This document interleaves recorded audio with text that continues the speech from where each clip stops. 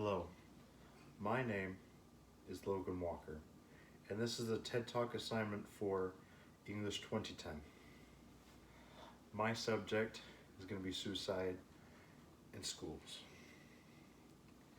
Suicidal thoughts have always been in my life, either my own or others. I am lucky enough to where no one in my life has attempted suicide, but that hasn't stopped it from being a problem in my life and in the life of so many in schools. Right now, in schools, specifically high school and junior high, kids are experiencing trauma that will affect them forever. Currently, the third largest killer of youth in the United States is suicide. And what do we do as a community? We trust our schools. We trust our students in classes. In our schools, at least in Utah, we require 3 credit hours of suicide prevention training. And this training, how good is it? Well, in high school, I did a survey asking teachers how they felt about this training and how it's prepared them for their own experiences with suicide and suicidal students. The results were a little bit mixed, I'll be honest. It was quite an amazing study. I loved it very much. And the people who hadn't experienced suicidal students, they said the training was fine. They said it was okay. A little bit of them said otherwise. But the most interesting part was the people who did, the people who had experienced suicidal students. And these teachers provided insight into what it was like. They said that this training had not prepared them at all.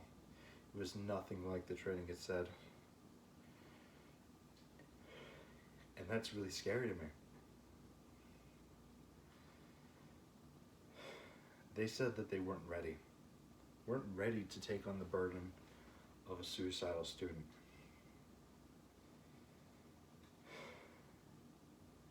And because of that, a lot of teachers really don't know when a student is suicidal in school. And when a student is suicidal, they might not be there the next day.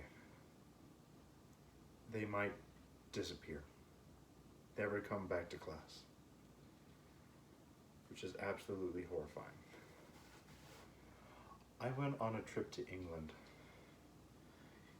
one summer, and when crossing the bridge from the Parliament building, there was a man who jumped and had committed suicide.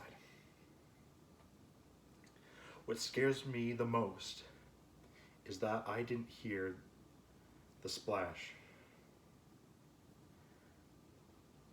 I didn't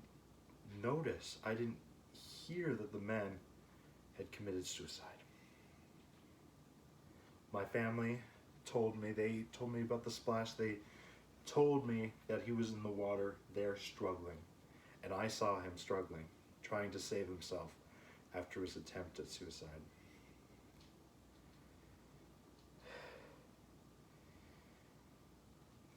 But I wasn't there when that person needed me. I went up to the London Eye after that and saw all the people trying to save the man. Even though they didn't know the man personally, they tried to help him. This makes me think, what people do we not know that are suicidal? For that same project in high school, I talked to a school counselor, and what he told me shocked me. I was surprised. I asked if there were people who were suicidal in my school, in my own high school that I went to, and he said yes, which took me back. I didn't know that there was people in my school that were suicidal. I had never heard of anything like that. I knew that there was a suicide watch club, but I never actually imagined that there was people in my school that were suicidal because I'd never met them. And when he told me he did, and that there were people, his face turned grim. Looking into his lap, I knew that there was a lot more people than I had thought. And I felt like, how could I be there for them? What could I have done? What could I have been to be there for them? Since then, I've done several research papers on this subject of suicide, and what have I learned from that? What did I learn from looking into suicide for several years, for several different classes? And I learned that we don't know. We don't know how to help people who need us. The average person doesn't know the signs. And teachers aren't going to school to be therapists. They're going to school to be teachers, to teach our students when they go to class. And so how do we combat this threat of suicide in schools? How do we? Well, we talk about it. We have to talk about it with our families. Because if we don't talk about it with our families, who else are we going to talk about it? I've learned that as family, we need to recognize and talk to our siblings to make sure they are okay. We need to bring it up at the dinner table and talk about it. The only way to help is to talk about it. Thank you for listening, and have a good night.